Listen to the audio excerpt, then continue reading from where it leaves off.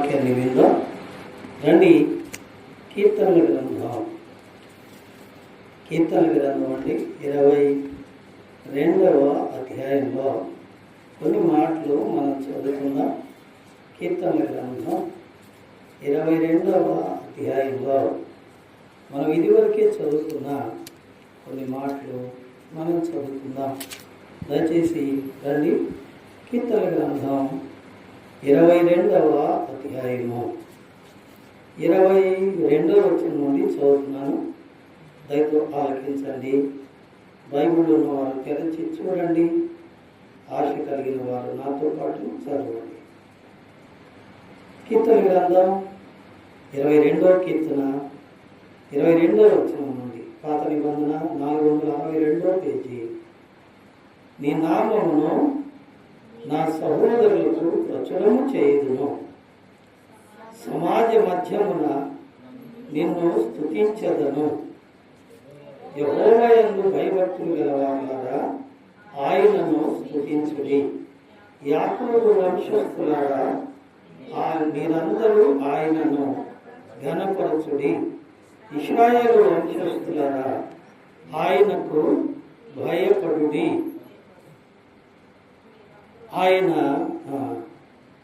ఆయన బాధపడు వారి బాధను తృణీకరింపలేదు, దాన్ని చూచి ఆయన అసహ్యపడలేదు. అతనికి తన ముఖమును దాచలేదు. వాడాయనకు మొరపెట్టగా ఆయన ఆలకించెను. మహాసమాజంలో నిన్ను గూర్చి నేను కీర్తన పాడెదను. ఆయన యందు భయభక్తులు గల వారి ఎదుట నా మొక్కుబడులు చెల్లించెదను. మరొక వాక్య భాగం చదువుకుందాం. దయచేసి చదవండి. ఎవరైనా కీర్తన గ్రంథం 9వ అధ్యాయము, కీర్తన గ్రంథం 9వ అధ్యాయము 14వ వచనం మొదటి లైన్ చదువుకుందాం. కీర్తన గ్రంథం మరణ ద్వారము నుండి, నేను చదువుతానండి. మరణ ద్వారమున ప్రవేశించకుండా నన్ను ఉద్ధరించువాడా. అలాగే ఉందండి అక్కడ. మరణ ద్వారమున ప్రవేశించకుండా నన్ను ఉద్ధరించువాడా. ఈ చదవబడిన లేఖన భాగములలో నుండి కొన్ని తలంపులు ఇప్పుడుగా మనం జ్ఞాపకం చేసుకుందాం. కొన్ని తలంపులు అవేంటి అంటే, ఈ భాగం మనం ఇదివరకు ధ్యానం చేసుకున్నాం. దేవుని సన్నిధానంలో భక్తుడైన కీర్తనాకారుడు అంటున్నాడు, యెహోవాయందు భయభక్తులు గలవారులారా ఆయనను స్తుతించండి. యాకోబు వంశస్థులారా మీరందరూ ఆయనను ఘనపరచుడి. ఇశ్రాయేలు వంశస్థులారా మీరందరూ ఆయనకు భయపడండి. ఏమంటున్నాడండి? 3 రకాల జనాంగాలతో మాట్లాడుతున్నాడు. వాళ్ళు ఎవరంటే, 1 దేవుని యందు భయభక్తులు గలవారు, 2 యాకోబు వంశస్థులు, 3 ఇశ్రాయేలు వంశస్థులు. ఈ వివరాలు మనం ఇదివరకు ధ్యానం చేసుకున్నాం. ఎవరు దేవునికి భయపడతారో వారు స్తుతించాలి. ఎవరు యాకోబు వంశస్థులో వారు ఘనపరచాలి. ఎవరు ఇశ్రాయేలు వంశస్థులో వారు ఆయనకు భయపడాలి. ఏమండి? 3 రకాలు. దేవుని యందు భయభక్తులు గలవారు, దేవుడంటే భయము భక్తి గలవారు. ఏమండి? 2వది యాకోబు వంశస్థులు. యాకోబు అనగా ఇశ్రాయేలే కదండి. యాకోబు అనగా ఇశ్రాయేలే. దీంట్లో 2 మర్మాలు ఉన్నాయి. యాకోబు అనగా మోసగాడు, ఇశ్రాయేలు అనగా దేవునితో పోరాడి గెలిచినవాడు. యాకోబు ఇశ్రాయేలుగా మార్చబడ్డాడు. ఆదికాండం 32వ అధ్యాయంలో పెనూయేలు దగ్గర అతడు దేవునితో పెనుగులాడినట్టుగా మనం చదువుతున్నాం. అతడు దేవునితో పెనుగులాడి దేవుని యొక్క శిక్ష అనుభవించి దేవుని దగ్గర దీవెనగా పేరు మార్చబడ్డాడు. నీ పేరిక యాకోబు కాదు, ఇశ్రాయేలే అన్నాడు. యాకోబు అనగా మోసగాడు, లాక్కును వాడు కదండి. తన అన్న అయిన ఏశావు దగ్గర జ్యేష్ఠత్వాన్ని ఏం చేశాడు? లాక్కున్నాడు. రెండవది, తన తండ్రిని అతడు ఏం చేశాడండి? మోసం చేశాడు. కాబట్టి అతని పేరు వాస్తవంగా మోసగాడు. అయితే దేవుడు అతడు లోబడటాన్ని బట్టి ఆ పేరును ఏమని మార్చాడండి? ఇశ్రాయేలు అని మార్చాడు. ఇశ్రాయేలు అనగా దేవునితో పోరాడువాడు, దేవునితో పోరాడువాడు. ఇక్కడ ఎప్పుడు మీరు ఈ 3 గుంపులను అర్థం చేసుకోవాలి. ఒకటి, దేవుని యందు భయభక్తులు గలవారు అంటే దేవుడు అంటే భయము, భక్తి గలవారు అంటే ఎవరు? ఎవరైతే ప్రభువు దేవుడిని ఒప్పుకొని మారు మనసు పొంది పశ్చాత్తాపడి ప్రభువు దగ్గర రక్షణ పొందుతారో వారందరూ. రెండవది, యాకోబు వంశస్థులు. యాకోబు అంటే మోసగాడు. ఏమండి, యాకోబు ఎంతమందిని మోసం చేశాడంటే చాలామందిని. 1 అన్నను, 2 తండ్రిని, 3 మామను, 4 తన్ను తానే కదండి. నిజమే. యాకోబు ఏమనుకున్నాడంటే అన్న జ్యేష్ఠత్వాన్ని కనుక తీసుకుంటే తండ్రి సంపాదించిన ఆస్తి అంతా నా ఒక్కడికే వచ్చుద్ది అనుకున్నాడు. అందుకని అన్నను మోసగించి ఆ ఎర్రని చిక్కుడుగాయల కూడబెట్టి జ్యేష్ఠత్వాన్ని లాక్కున్నాడు. రెండవది, తండ్రి దగ్గర దీవెన పొందితే తను గొప్పవాడవుతాను, ఆస్తిపరుడవుతాడు అనుకొని ఏం చేశాడండి? తండ్రి దగ్గర మారువేషం వేసుకుని ఏమండి తండ్రి దీవెనలు తీసుకున్నాడు. అంత మాత్రం ఆశీర్వదించబడతాడా? కదండి. అన్న కంటే, తండ్రి కంటే గొప్పవాడిని గురించి యాకోబు మర్చిపోయాడు. మూడవదిగా అతడు తన మామ అయిన లాబాను దగ్గరికి వెళ్ళాడు. లాబాను దగ్గరికి వెళ్ళి లాబానును ప్రతిసారి మోసం చేస్తూ వచ్చాడు. ఎందుకంటే లాబాను మందలన్నీ తన మందలు కావాలని కదా. మామ దగ్గర కొలువు చేస్తూ మామ మందను దోచుకోవాలని చూశాడు కదండి. దోచుకున్నాడు కూడా, సక్సెస్ అయ్యాడు. కానీ ఎన్ని సక్సెస్ అయినా కానీ అతనిలో భయమో తొలగిపోలేదు. అందుకనే పెనుయల్ దగ్గరికి వచ్చేటప్పటికి గుండె పగిలి భయంతో తను మోసం చేసిన తండ్రి చనిపోయాడు, తను మోసం చేసిన అన్న బ్రతికే ఉన్నాడు. ఇప్పుడు వాడు వచ్చి ఒక్క బాణం వేసి చంపితే తను చస్తాను, తన బిడ్డలేమవుతారని భయపడి ఏం చేయాలో తోచక సరైన మార్గానికి వచ్చాడు. ఏమన్నాడు? ప్రభువా, నీవు నన్ను ఆశీర్వదిస్తేనే తప్ప నీ పాదములు నేను విడవను అన్నాడు. అప్పుడు అన్నాడు దేవుడు, నీ పేరేమిటయ్యా అన్నాడు. నా పేరు యాకోబయ్యా అన్నాడు. అలాగైతే నీ పేరు ఇక యాకోబు కాదు, ఇశ్రాయేలే. అంటే ఆశీర్వాదం ఎక్కడుంది? అన్నను మోసం చేస్తే రాదు, తండ్రిని మోసం చేస్తే రాదు, మామని మోసం చేస్తే రాదు. ఆశీర్వాదం రావాలంటే ఎవరి దగ్గరికి రావాలి? దేవుని పాదాల దగ్గరికి రావాలి. ఎప్పుడైతే ఆ రైట్ వేలోకి వచ్చాడో అతడు పోరాడి గెలిచిన వాడు అయ్యాడు. ఇప్పుడు మీరు అర్థం చేసుకోండి, దేవునిని యందు విశ్వాసం ఉంచి రక్షించబడిన బిడ్డలు కొంతమంది యాకోబు వంశస్థులుగా ఉన్నారు, కొంతమంది ఇశ్రాయేలు వంశస్థులుగా ఉన్నారు. యాకోబు వంశస్థులు అంటే ఏం చేసేవాళ్ళు చెప్పండి? మోసం చేసేవాళ్ళు, నటన చేసేవాడు. తన అన్న దగ్గర నటన చేశాడు, తన తండ్రి దగ్గర నటన చేశాడు, తన మామ దగ్గర కూడా నటన చేశాడు. కానీ దేవుడి దగ్గర నటించలేక లోబడ్డాడు. దేవుడు అతని తొడగూడు వసిలేటట్టు కొట్టాడు.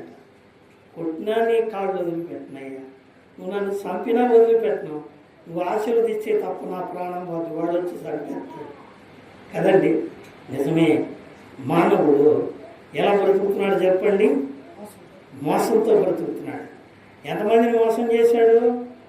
అన్నను, తండ్రిని, మామను, చివరికి అవును మోసపోకుడి, దేవుడు విక్రించబడడు, మనుషుడు ఏమి విత్తునో ఆ పంటనే కోయును అని యాకోబు పత్రికలో ఉంది. కానీ మనల్ని మనం మోసం చేసుకోవద్దు. ఏం చేయాలి చెప్పండి? ఆశీర్వాదం కావాలి అంటే ఎక్కడికి రావాలి? దేవుని పాదాల దగ్గరికి రావాలి. ఇప్పుడు ముందుకు వెళదాం. ఏమండి? యాకోబు వంశస్థులారా అంటే నటించేవారులారా ఏం చేయాలి? ఆయన్ని ఘనపరచాలి.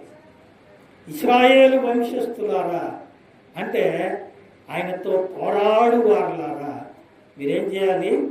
ఆయనకు భయపడాలి. ఎప్పుడైతే భయపడతావో నీవు దీవించబడతావు. ఎందుకని ఆయన్ని స్తుతించాలి? ఎందుకని ఆయన్ని ఘనపరచాలి?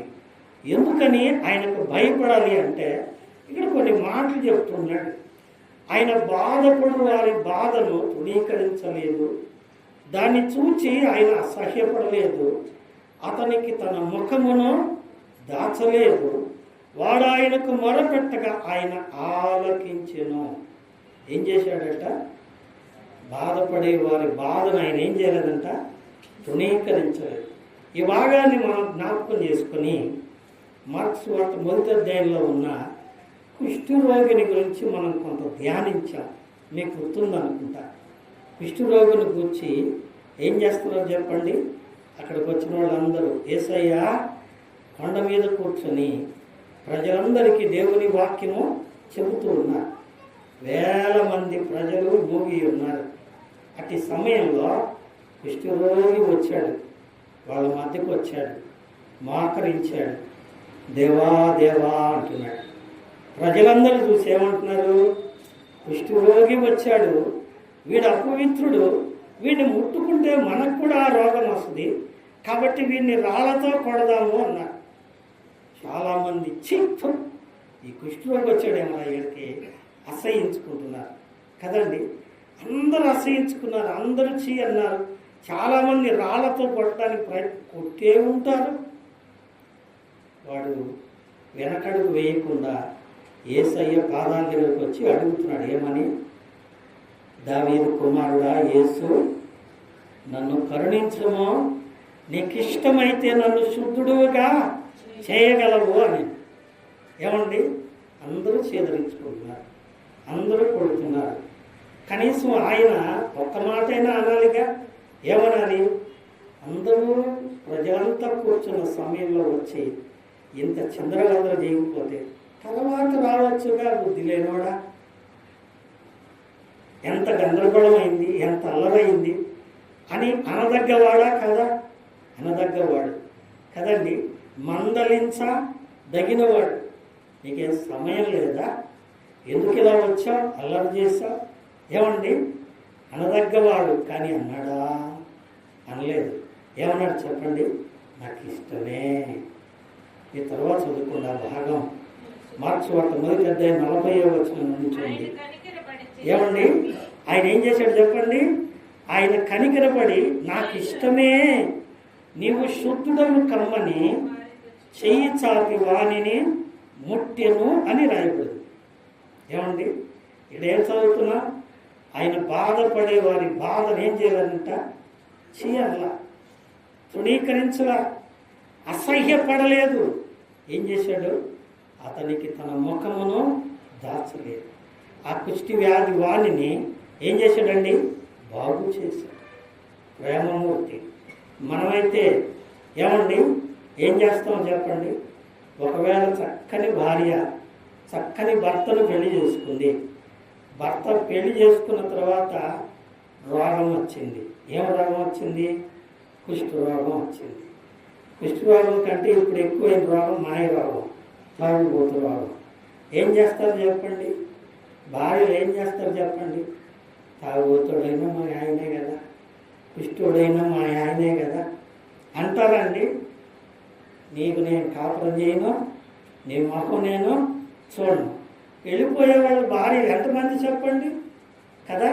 నిజమే, అందరూ చీదరించుకున్నారు. బహుశా భార్య ఉండొచ్చేమో, ఆమె చీదరించుకుందేమో, బహుశా బంధువులు ఉండొచ్చేమో, వాళ్ళు కూడా చీదరించి ఉండొచ్చేమో. కానీ యేసయ్య ఏమన్నాడు? చెప్ప కలిగిమన్నాడు.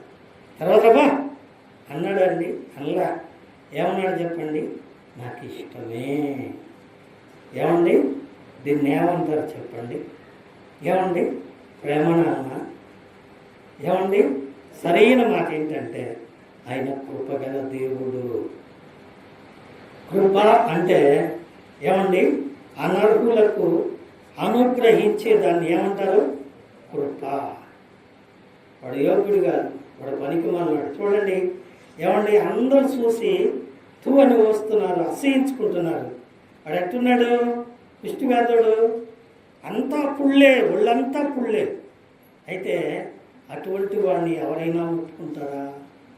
ఏమండి ఎవరూ ముట్టుకోవాలి.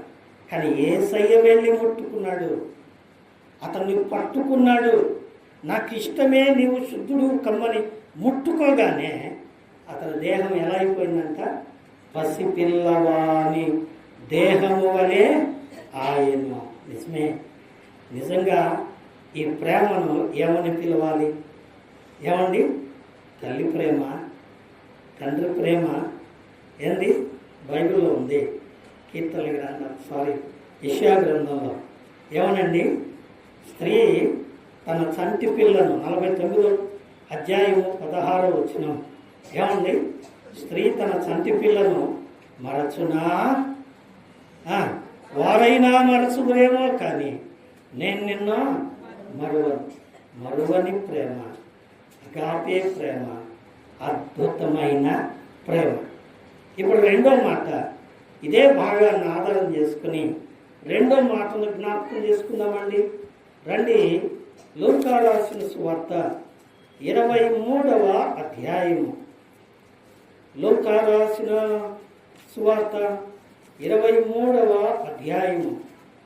లూకా రాసిన సువార్త 23వ అధ్యాయము 33వ వచనం నుండి చదువుతున్నాను. చూడండి. వారు కపాలమనబడిన స్థలమునకు వచ్చినప్పుడు అక్కడ కుడివైపున ఒకనిని ఎడమ వైపున ఒకనిని ఆ నేరస్తులను ఆయనతో కూడా సిలువ వేసిరి. యేసు, తండ్రి, వీరేమి చేయించున్నారో వీరెరుగరు గనుక వీరిని క్షమించుమని చెప్పాను. వారు ఆయన వస్త్రములను పంచుకున్నటకై చీట్లు వేసిరి. ప్రజలు నిలువబడి చూచుచుండిరి. అధికారులు, వీడు ఇతరులను రక్షించను, వీడు దేవుడు ఏర్పరచుకుని క్రీస్తు అయిన ఎడల తన్ను తాను రక్షించుకొనునని అపహాసించిరి. అంతటి సైనికులు ఆయన యొద్దకు వచ్చి ఆయనకు చిరకనిచ్చి, నీవు యూదుల రాజు అయితే నిన్ను నీవే రక్షించుకొనమని ఆయనను అపహాసించిరి. ఇతడు యూదుల రాజని పై వ్యాసము కూడా ఆయనకు పైగా వ్రాయబడింది. వేలాడవేయబడిన ఆ నేరస్తులలో ఒకడు ఆయనను దూషించుచు, నీవు క్రీస్తువు కదా, నిన్ను నీవే రక్షించుకును, మమ్మల్ని కూడా రక్షించుమని చెప్పాను. ఏమండి వినగా? ఈరోజు సందర్భం జరుగుతుంది. గొల్గొతా కొండ మీద, ఏమండి కల్వరి కొండ మీద యేసు ప్రభువారిని సిలువ వేయడానికి తీసుకెళ్లారు. ఆయనకు ఇరువైపులా ఇక్కడ రాయబడి ఉంది. కుడివైపున ఒకడు, ఎడమ వైపున ఒకడట. కుడివైపున ఒకడు, ఎడమ వైపున ఒకడు సిలువ వేయబడ్డాట. కుడివైపున ఒకడు, ఎడమ వైపు ఒకడు సిలువ వేయబడితే ఆ సిలువ వేయబడిన వారిలో ఒకడు అన్నాడట. ఏమన్నాడండి? ఏమన్నాడు? నీవు క్రీస్తు అయితే నిన్ను నీవు రక్షించుకునమో, మమ్మను కూడా రక్షించుమని చెప్పాడు. బాగా వినండి. యేసయ్య సిలువలో వేలాడుతున్నాడు. ఏం చేస్తున్నాడు? యేసయ్య సిలువలో వేలాడుతున్నాడు. ఆ యేసయ్య సిలువ వైపు ఒక్కసారి మనం చూద్దాం. ఆయన ఆకాశానికి భూమికి మధ్య సిలువలో వేలాడుతున్నాడు. ఆ ఆకాశానికి భూమికి మధ్య వేలాడుతున్న సిలువలో ఆయన 2 చేతులు సిలువకు బిగించబడ్డాయి ఇనప చీరల చేత. ఆయన 2 కాళ్ళు పెనివేసి సిలువ నిలువ కొయ్యకు బిగించబడింది. ఆయన తల్ల ముళ్ళ కిరీటంతో బిగించబడింది. రక్తం ధారలుగా కారుతుంది. బాధపడుతూ ఉన్నాడు, మూలుగుతూ ఉన్నాడు. రక్తం ధారలుగా కారుతూ ఉంటే సైనికులు ఏం చేస్తున్నారు చెప్పండి? ఆయన వస్త్రములు పంచుకొనుటకు చీట్లు వేసుకుంటున్నారు. ఏమండి, ఆయనేమో బాధపడుతున్నాడు, మరణ వేదన పడుతున్నాడు. ఏం చేయండి? వీళ్ళు ఏం చేస్తున్నారు? ముందు సిలువ వేశారు, సిలువ వేసి బాధ పెట్టి ఇప్పుడేం చేస్తున్నారు? ఆయన బట్టలో పంచుకోవటానికి ఏం చేస్తున్నారంట? చీట్లు వేస్తున్నారంట. ఇంకో మాట, రెండవది ఏం చేస్తున్నారండి? ప్రజలందరూ నిలువబడి చూస్తున్నారట. ఇంకా కొంతమంది వీడు దేవుడు ఏర్పరచుకున్న క్రీస్తు అయితే తను తాను రక్షించుకొను కదా అపహాసించారట. సైనికులు అన్నారంట, నీవు యూదుల రాజు అయితే నిన్ను నీవే రక్షించుకో, నీకు చేతనైతే. చూడండి, ఒకవైపు మరణ వేదన, తలలోంచి రక్తం గారుతుంది, చేతుల్లో నుంచి రక్తం గారుతుంది, కాళ్ళలో నుంచి రక్తం గారుతుంది, నిలువెల్లా రక్తం ధారలుగా కారుతూ ఉంటే రక్తం ధారలుగా కారే కొద్ది ప్రాణం పోతూ ఉన్న బాధ. అంత బాధపడుతున్న సమయంలో కాకులు పొడిచినట్టు పొడుస్తున్నారు. నీవు దేవుడువా, నీవు యూదుల రాజువా, నిజంగా నువ్వు దేవుడు అయితే నువ్వు రక్షించుకో అంటున్నారు. ఏమండి, ఆ ప్రక్కన ఉన్న దొంగలలో ఒక దొంగ అన్నాడు, నీవు క్రీస్తు అయితే ఎందుకయ్యా ఈ బాధ, నిన్ను నీవు రక్షించుకో, మమ్మల్ని కూడా రక్షించు. ఎగతాళి చేశాడు. ఏమండి, ఇప్పుడు రెండవ దొంగ అంటున్నాడు. చూడండి 40వ వచనం. అయితే రెండవ వాడు వానిని గద్దించి, నీవు అదే శిక్షలో ఉన్నావు గనుక దేవునికి భయపడవా? మనకైతే ఇది న్యాయమే, మనము చేసిన దానికి తగిన ఫలము పొందుతున్నాము, కానీ ఈయన ఏ తప్పిదమో చేయలేదని చెప్పి ఆయనను చూచి, యేసు, నీవు నీ రాజ్యములోనికి వచ్చినప్పుడు నన్ను జ్ఞాపకం చేసుకో. వింటున్నారా? వాళ్ళు ఎగతాళి చేస్తున్నారు, వీళ్ళు చీట్లు వేసుకుంటున్నారు, వాళ్ళేమో ఉమ్మి వేస్తున్నారు, వీళ్ళేమో తిడుతున్నారు కదండి. అవును, ఇన్ని అవమానాలతో రక్తమంతా దారులక కారి ఆయన బాధపడుతుంటే ఇటు పక్కేడేమో ఏం చేశాడండి? నువ్వు దేవుడిని చెప్పుకుంటువే, నువ్వు దేవుడు అయితే నిన్ను రక్షించుకో, మమ్మల్ని కూడా రక్షించు, ఎందుకు ఈ బాధ అన్నాడు. ఇంకొకటి అంటున్నాడు, యేసయ్యా, నీవు నీ రాజ్యముతో వచ్చినప్పుడు నన్ను జ్ఞాపకం చేసుకో. నేనే బాధపడుతుంటే, వాళ్ళన్నీ మాట్లాడుతుంటే రక్షించమని అడుగుతావు, ఏం మనిషిరా బాబు. నేను ఎంత బాధపడుతున్నాను. ఎవరి మనలో అంటాను చాలామంది, ఏందన్నా ప్రార్థన చేసుకోవట్లేదు, ఏందన్నా దేవుడి మందిరానికి రావట్లేదండి. మా బాధ నీకేం తెలుసులేదన్నా కదండి. అదే యేసయ్య ఏమండి, నా బాధ నీకేం తెలుసురా, మళ్ళీ నన్ను రక్షించమని అడుగుతున్నావు, ఎవరు నువ్వు అనొచ్చు కదండి. అనొచ్చా లేదా? ఎంత దయగలవాడండి ఆయన. ఏమండి, అతడు ఏమని అడిగాడు?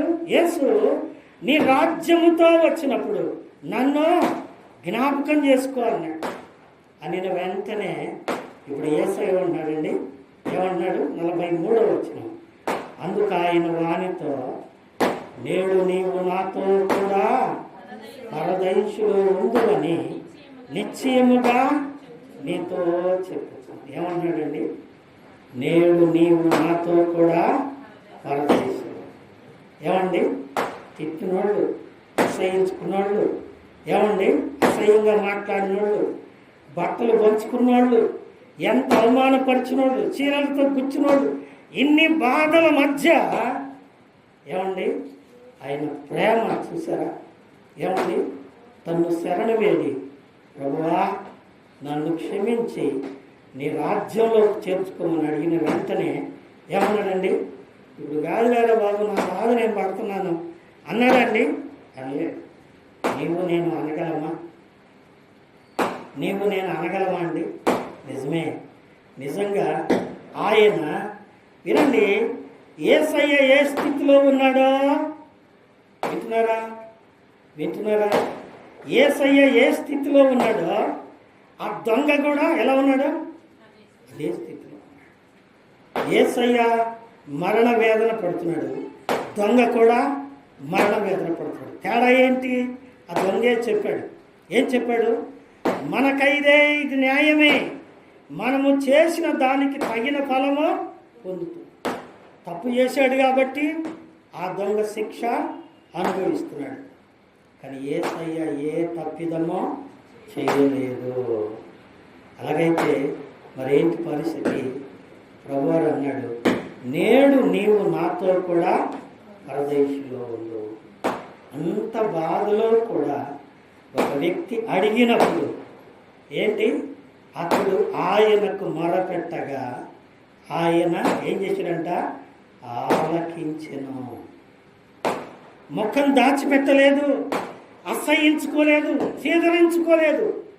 ఏం చేశాడు చెప్పండి?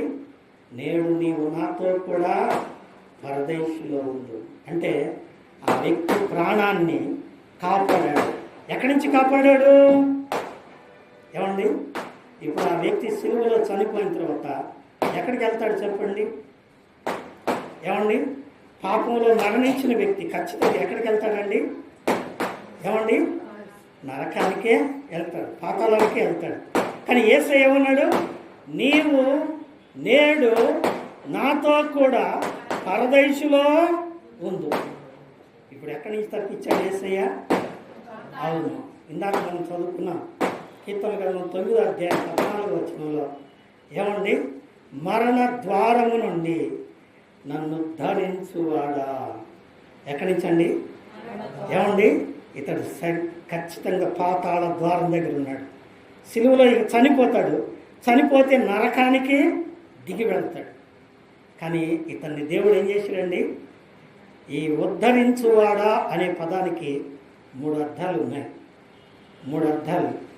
ఈ కీర్తన గ్రంథం 9వ అధ్యాయంలో రాయబడ్డ మాట ఏంటంటే, God lift him from the death. ఏమండి?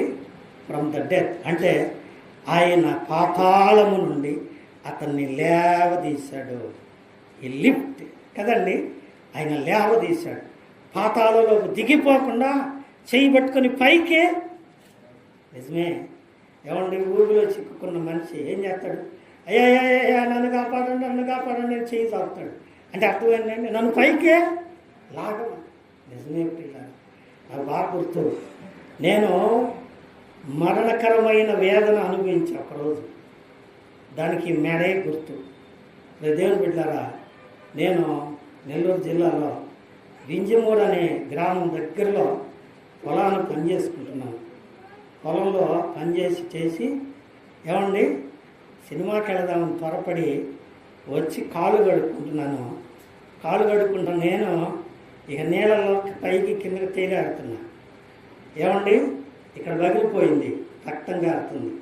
ఈ చెవు పగిలిపోయింది, చీలిపోయింది, రక్తం గారుతుంది. ఏమండి? ఈ వీపంతా రక్తమే, రక్తం జారులుగా కారుతుంది. నీళ్ళలో కిందకి పైకి కొట్లాడుతున్నా. నాకు స్పృహ లేదు. ఒకసారి మునిగా, రెండోసారి మునిగా, మూడోసారికి స్పృహ తెలిసి నన్ను కాపాడండి నడిచాను.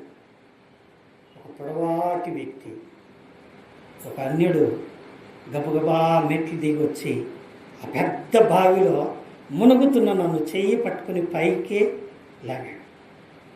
చాలా పెద్ద ఆయన. ఏమండి? వయసులో నాతో సమానమే, కానీ పొడుగ్గా ఉంటాడు. ఆ చెయ్యి పట్టుకుని అట్లా లాగి మెట్ల మీద వేసాడు. బతికిపోయాడు. ఏమండి? బతికిపోయి, లేకపోతే ఆనాడే చనిపోయేవాడు. మరణము నుండి పైకి God lifted him from the ఏమండి ఆ యొక్క మరణము నుండి లేపాడు. రెండో మాట 20వ కీర్తనలో ఉంది, మొదటి వచనంలో. ఏమండి? చదవండి. 20వ కీర్తన మొదటి వచనం. కీర్తనల గ్రంథం. ఆపత్కాలమందు యెహోవా నీకుత్తరమిచ్చునుగాక. యాకోబు దేవుని నామము నిన్ను ఉద్ధరించునుగాక. చాలండి. ఏమండి? యాకోబు దేవుని నామము నిన్ను ఉద్ధరించునుగాక. ఏమండి? ఇక్కడ 2 అర్థాలు వస్తాయి. ఉద్ధరించుట అంటే ఏమండి? విడిపించుట, కాపాడుట. ఏమండి? విడిపించుట, కాపాడుట. రోమపత్రికలో 8వ అధ్యాయం 1వ వచనంలో ఉంది. కాబట్టి ఇప్పుడు క్రీస్తు యేసునందున్న వారికి ఏ శిక్షా విధి లేదు. యేసు నామంలో ఏముందండి? రక్షణ. యాకోబు దేవుడు ఏమండి? యాకోబు దేవుని నామము నిన్ను ఉద్ధరించునుగాక. ఆ దేవుని నామం ఏ నామం అది? యేసు నామం. యేసు నామముని, ఈ నామముననే తప్ప. ఏమండి? అపోస్తలుల కార్యం 4వ అధ్యాయంలో ఉంది. ఆకాశము కింద, భూమి మీద, భూమి కింద, నీళ్ళలో ఇవ్వబడిన మరి ఏ నామమున రక్షణ లేదు. ఈ నామముననే, ఏ నామమున? యేసు క్రీస్తు నామముననే మనం రక్షణ పొందవలను. ఎలా పొందుతారు? రోమపత్రిక 9వ అధ్యాయంలో ఉంది. ఏమనంటే, యేసు ప్రభువుని నీ నోటితో ఒప్పుకుని దేవుడు ఆయన మృతుల్లోండి లేపినని నీ హృదయమందు విశ్వసించిన యెడల నీవు రక్షణ పొందుదు. సూక్ష్మం. ఏమండి? సూక్ష్మంలో మోక్షం అంటారు దాన్ని. ఏమండి? యేసు ప్రభువుని నీవు హృదయంలో నమ్మి దేవుడు ఆయన మృతుల్లోండి లేపినని విశ్వసిస్తే నీకు రక్షణ. ఆ దొంగ ఏం చేశాడండి? యేసు ప్రభువా, నీవు నీ రాజ్యంతో వస్తావు కాబట్టి నీ రాజ్యంలో నన్ను జ్ఞాపకం చేసుకో. నీవు దేవుడు, కానీ నేను పాపిని. నా పాపానికి నేను ఈ శిక్ష అనుభవిస్తున్నా. అయితే నన్ను ఆ నరకం నుండి తప్పించని ప్రార్థన చేశాడు. ప్రార్థించిన వెంటనే ఆయన ఏమన్నాడు? నేడు నీవు తర్వాత వచ్చేవారం, అపై వచ్చేవారం కాదు, నేడు నీవు నాతో కూడా. ఏమన్నా? టుడే ఇట్సెల్ఫ్, ఈరోజు నీవు నాతో కూడా పరదేశంలో ధన్యమండి. అందుకనే దేవుని సన్నిధిలో దేవుడు చేసిన మేలు ఎంత గొప్పవండి. అందుకే యెహోవా యందు భయభక్తులు గలవారులారా ఆయనను స్తుతించుడి.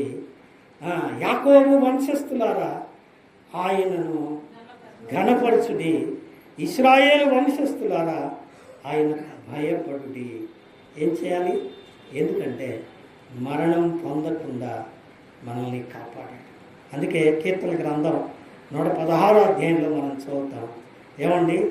మరణము పొందకుండా నా ప్రాణమును, కన్నీళ్లు విడవకుండా నా కన్నులను, జారి పడకుండా నా పాదములను నీవు తప్పించి ఉన్నావు.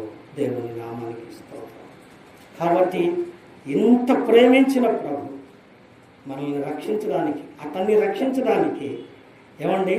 అతను పొందిన శిక్షను తప్పించి, నరకాన్ని తప్పించి తనతో కూడా పరలోకానికి తీసుకెళ్ళాడు.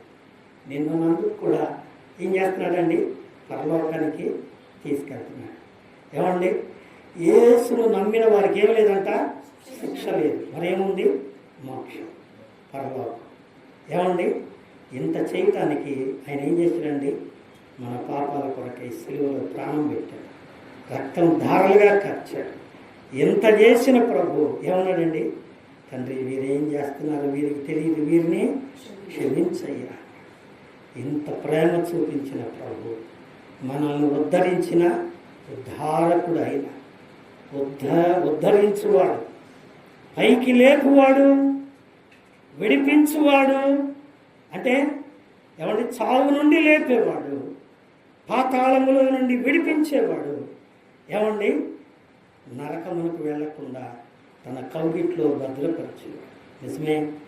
నీవు నేను ఈరోజు సజీవులుగా ఉండాలంటే, మీ అందరికంటే ముఖ్యంగా అనుభవ సాక్ష్యంగా నేను ఈరోజు బతుకున్నానంటే ఆయన దయే, ఆయన కృపే కదండి.